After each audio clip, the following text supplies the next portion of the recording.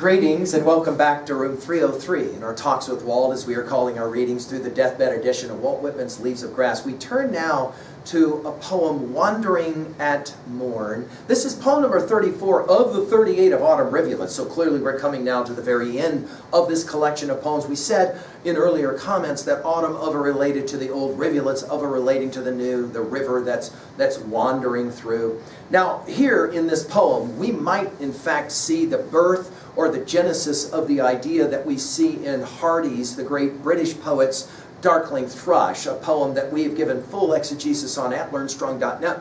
We'll maybe even share it at the end because it's such a compelling companion read. Now our assumptions are that you've been with us at learnstrong.net, down that left-hand side, Talks with Walt, our playlist from the very beginning, and all the way up into and including a set of introductory comments to Autumn Rivulets, and then we just finished with Old Man at School. Now our Nortons will tell us about this poem, that it was first published in the New York Daily Graphic March 15, 1873, entitled The Singing Thrush, and dated Washington, March 10.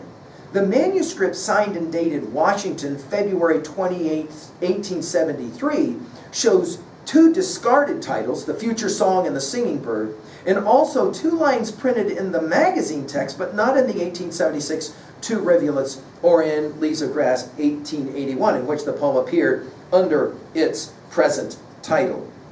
And by the way, when he speaks about evil times in this poem, this was a year of financial panic and depression precipitated by the failure of the banking house of J. Cook. And with that in mind, it is significant, I think, that as we turn to this poem, we're asking again about the last of our big five, that is to say, the theodicy question. Why is it that terrible things have to happen? Of course, the word wandering is a favorite of Whitman's, right? Because he learned it from Homer and the Odyssey. I mean, 10 times already in Leaves of Grass this word has been used, so it shan't surprise us. Notice the opening passage will immediately make us think about Henry David Thoreau and Walden. We've given full lectures at learnstrong.net of Walden.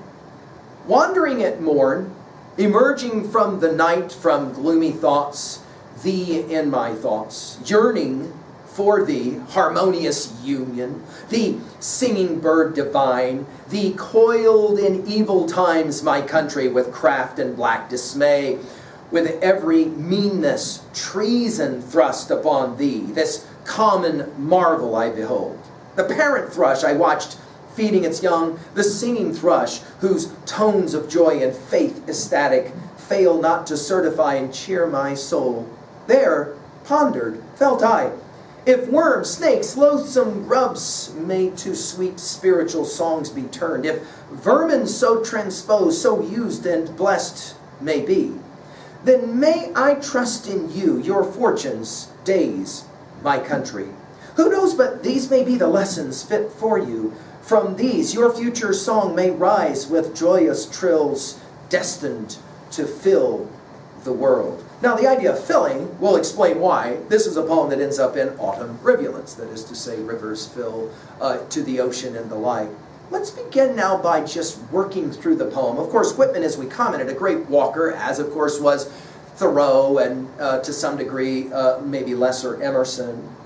Emerging, wandering at morn, notice the use of the word emerging, back to rivulets. Emerging from the night, and then obviously everything's symbolic here, from gloomy thoughts. You'll remember this idea of gloomy used in Song of Joys.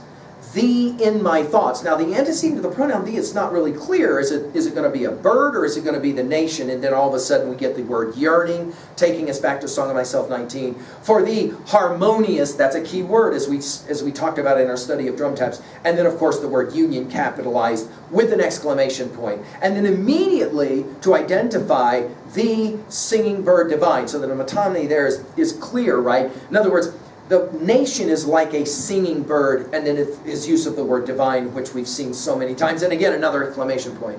Thee. And then the verbs start to become fascinating. Notice, coiled in evil times makes us think of snakes. my country.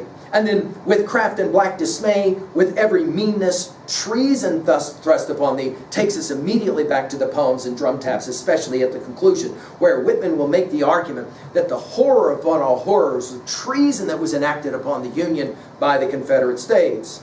This common marvel I beheld, and then the dash. And it's an interesting bit of syntax and the way he sets this up. The Parrot Thrush. Now, of course, as I commented, we're going to get to Hardy's Darkling Thrush at the end of our conversation. He will, of course, publish that 29 December 1900 as he gets ready to move out of the 19th and into the 20th century. The Parrot Thrush I watched feeding its young. The singing thrush, whose tones of joy and faith, ecstatic, we know his love of the word ecstatic, fail not to certify and cheer my soul. In other words, from the singing bird, Whitman takes great comfort in the knowledge that no matter how gloomy, no matter how mean, no matter how evil times are, again, this is his theodicy, right? Out of all of that evil will come the singing thrush. The thrush, notice the maternal imagery as well of feeding, the parent thrush, feeding the young. And of course that makes sense given we were just talking about the young to girlhood, boyhood, look, the teacher in the school in the last poem, right? There he says pondered, and of course pondered, well, this is a central idea in Leaves of Grass. The idea that it's not a bad thing every once in a while to muse, to think, to ponder. These, pondered, fell to I. Again, the construction is interesting, the word order. And then we go with an if, then construction. If worms, snakes, loathsome grubs may to sweet spiritual songs be turned. In other words, we've seen this before, and it takes us, of course, back to Hamlet, the play, in Act 4, when he makes this comment about fishing with the guts of a king when he uses a worm, right? If worms, snakes, takes us back to Coiling, loathsome grubs may to sweet spiritual songs be turned. In other words, the bird eats the worms and then sings. It keeps the bird alive. If vermin, so transposed, so used and blessed may be. We saw this already in several poems in Leaves of Grass. His kind of fascination with the idea that you can lay a corpse in the ground and it decomposes and then out of that grows grass. It's a fascinating concept. If birds can gain sustenance from disgusting vermin, now to then may I trust in you, right? Notice he says it. Your fortunes, days, my country. Of course, the key word of this poem is the word trust. In other words, this strong belief that he has that somehow or another America will find its way through. Who knows? He says it. And this is a construction we're familiar with in Leaves of Grass. Who knows? But these may be the lessons fit for you. I told you guys, Whitman is always about the lesson. He's always about the propedeutic, the instructional, the didactic. What is it that he's trying to teach us as students? Well, study birds. What is it that birds do? Well, they eat, stuff that they find in the worms in the ground and vermin and the like. And out of that, they can create a life where they sing. So there's this cyclical idea. Obviously, standing behind a whole bunch of this is Shelley's To a Skylark, no question. We've given a full lecture on that one at Learn Strong as well. Who knows, but these may be the lessons fit for you. From these your future song may rise with joyous trills. Go back to Song of Myself 13 for the word trills. Destined, we're familiar with that word over and over again, to fill the world. Now this idea is not unusual, and many have said this is a poem that could easily fit in the inscription section at the very beginning, and you're absolutely right. Inscriptions and many of the poems in Autumn Rivulets very much are companion reads. Well, what are we going to say at 3A? Well, there's always reason to hope. The bird and the bird song constantly remind us of this. And at 2B, obviously, the symbolism of the bird, we've seen it so many times, and obviously the symbolism of grass and of blooming and all of that as well. Now, I've mentioned Thomas Hardy. Obviously, this is one of his most famous poems, The Darkling Thrush, again, published the very last day of the 19th century. And he says it this way. I leant upon a coppice gate when frost was spectre gray, and winter's dregs made desolate the weakening eye of day. The tangled vine stems scored the sky like strings of broken lyres, and all mankind that haunted nigh had sought their household fires. The land's sharp features seemed to be the century's corpse outlent. His crypt, the cloudy canopy, the wind, his death lament, the ancient pulse of germ and birth was shrunken hard and dry, and every spirit upon earth seemed fervorless as I. At once a voice arose among the bleak twigs overhead in a full-throated even song of joy illimited, an ancient thrush, frail, gaunt, and small, and blast beruffled plume, had chosen thus to fling his soul upon the growing gloom. So little cause for carolings of such ecstatic sound was written on terrestrial things afar or nigh around, that I could think there trembled through his happy good-night air some blessed hope whereof he knew, and I was unaware. Well, from trust we go to hope. Notice this poem uses the word gloom as well.